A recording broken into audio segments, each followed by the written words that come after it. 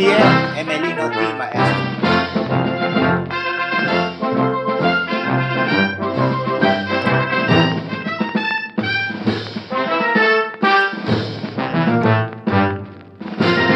At ito ang Ka-Taxpayer Radio Station. At medyo lighter naman tayo sa araw na ito because ang i-discuss ko sa inyo ay very important. Ito po ay ang BIR as for Rizet. Daming doktor na nahuli rito 10,000 pesos yung nalalaman kong naging arrangement Ngayon, ako po ay para maiwasan na po itong rearrangement na to and negotiated payment of etc. etc. Ginastos ko po ang sarili kong pera para tulungan po ang Philippine government. Nakita niyo po yung yung as for receipt, yung itong portion na to. Ito po yung harap ng calling card size na isang envelope, isang calling card size na isang karton. At ito po yung back. Ayan.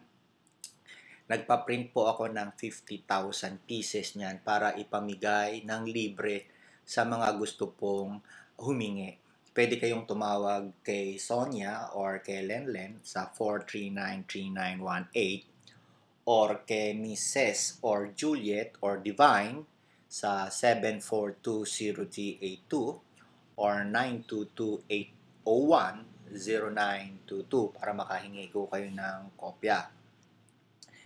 Ito po kasi ginawa ko, kwento ko lang, kapag ako po ay naiimbitihang kumain sa isang restaurant at ang mga kausap ko po ay mga taxpayer, may-ari ng company, presidente, matataas na opisyal, kadalasan po ay pagkatapos naming kumain ay humihingi sila ng resibo. So pinababayaan ko lang sila humingi ng resibo. At sa paghingi nila ng resibo, tinatanong ng waiter, hindi naman waiter, masama naman yung word na waiter, empleyado, attending employee ng restaurant, yung isusulat sa resibo. So, sa pagsulat nila sa resibo, isinusulat lang nitong mga kausap ko yung pangalan ng company nila. So, sa madaling salita, babalik yung attending employee at ibibigay yung hiningi nilang traditional na resibo o kung yung resibo ay galing sa cash register machine o point of sale machine, ay susulatan po ang resibong yun ng pangalan ng kumpanya na pinapasokan itong kausap ko. Sabi ko sa kanya, bakit ka ako pinalalagay mo yung pangalan mo dyan sa resibo? Ang sabi niya, para ma-claim ko yung creditable input tax at magkaroon ng evidence or masubstantiate ko at ma-reimburse ko tong ginastos natin sa aming opisina. Ako napaka maganda at kapita-pitagang discharge ng iyong duty. Ang sabi ko sa kanya, hindi mo ma-claim ang creditable input tax dito sa kinain natin ngayon sapagkat kulang ang impormasyon na nakasulat dyan sa resibong ibinigay sa iyo ng attending employee ng restaurant na ito. Ganun ba? Oo. Kasi para makakuha mo ang creditable input tax, 3 bagay dapat ang isulat ng attending employee. Number 1, yung complete name ng iyong company. Number 2, yung TIN ng iyong company. And of course, number 3, yung address ng iyong company.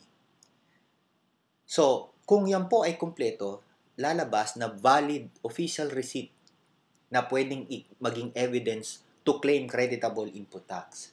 Yang hawak mo ngayon. So, dahil marami hindi nakakaintindi at hindi nakakaalam ng rule na ito ng Bureau, minabuti ko sa aking pasasariling pera na gumawa ng pagkakaintindihan nila. Isinulat, ito po yung first part, yung first part is ask for receipt. Kaya ako isinulat dyan, yung mga ayaw mag-issue ng receipt, sabi ko sa kanila, ipakita mo lang yan Hindi mo kailangan magsumbong sa BIR, ipakita mo at maiintindihan nila na humihingi ka ng resibo. Number 2, ilagay mo naman, ipakita mo yung likod para alam nila kung ano ang isusulat at tama ang maisulat nila sa likuran na ito. So, ini-invite ko po kayo kung sa mga nanonood ng Ka-Taxpayer Channel, radio channel, na ito po ay humingi kayo sa aming opisina. Ayan po, ayan. Mababasa ko sa inyo unti-unti yung mga nakasulat. Ayan. Habang binabasa nyo, maglalagay ako ng tugtog.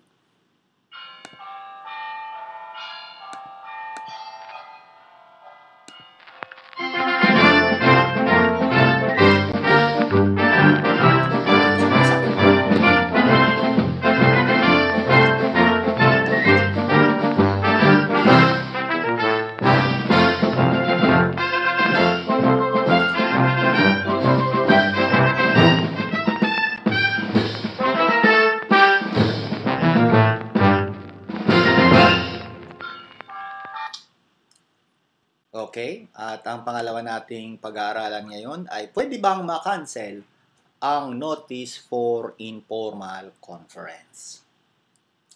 Ito po ay naganap sa aking buhay noong 2006 sa RDO 24 Valenzuela City. Ayan. Makikita nyo po rito na ako po ay sumulat upang i-cancel, ayan po ang pagsulat ko, seeking to nullify the proposed additional tax assessments contained in Notice of Informal Conference. So, ang sagot po ng dating Revenue District Officer, ito po siya, ay kinakancel po. Ayan. Please be informed that after serious consideration of the facts and evaluation of the issues raised therein, on which the proposed assessment were grounded, we have finally decided to reverse the said proposed assessment, thus rendering the forecited notice of informal conference moot and academic. Ayan po. So, totoo po, hindi po ako nagsisinungaling na pwede pong ma-cancel ang notice for informal conference kung alam nyo lang po ang mga techniques at tips. At kung gusto po nyo malaman ang tips and techniques sa pagka-cancel po nito, ay malugod ko po kayong iniimbitahan na magparehistro na. Ngayon pa lang, magparehistro na sa mga susunod kong mga seminars. At ako po ay umaasa na matututuran ninyo ang mga technique nito. Tumawag lang po kayo sa opisina ni Ka-Tax ETM 7420382 at kaila Sonia at Lemlem 4393918. Huwag kalimutan na ipaalam na meron tayong Ka-Tax radio channel na pumoprotekta sa karapatan at pribilehyo ng mga taxpayer. Tayo po ay sumusugod, tumutulong para sa kapakanan ng mga taxpayer para mawala na po ang graft and corruption. Salamat po! Ito ang inyong Ka-Tax ETM.